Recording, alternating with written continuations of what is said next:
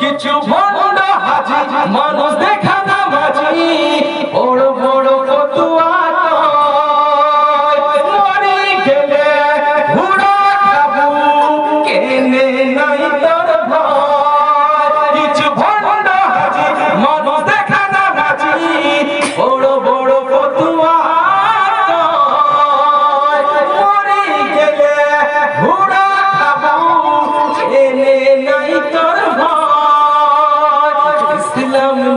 এরা রাজনীতি করে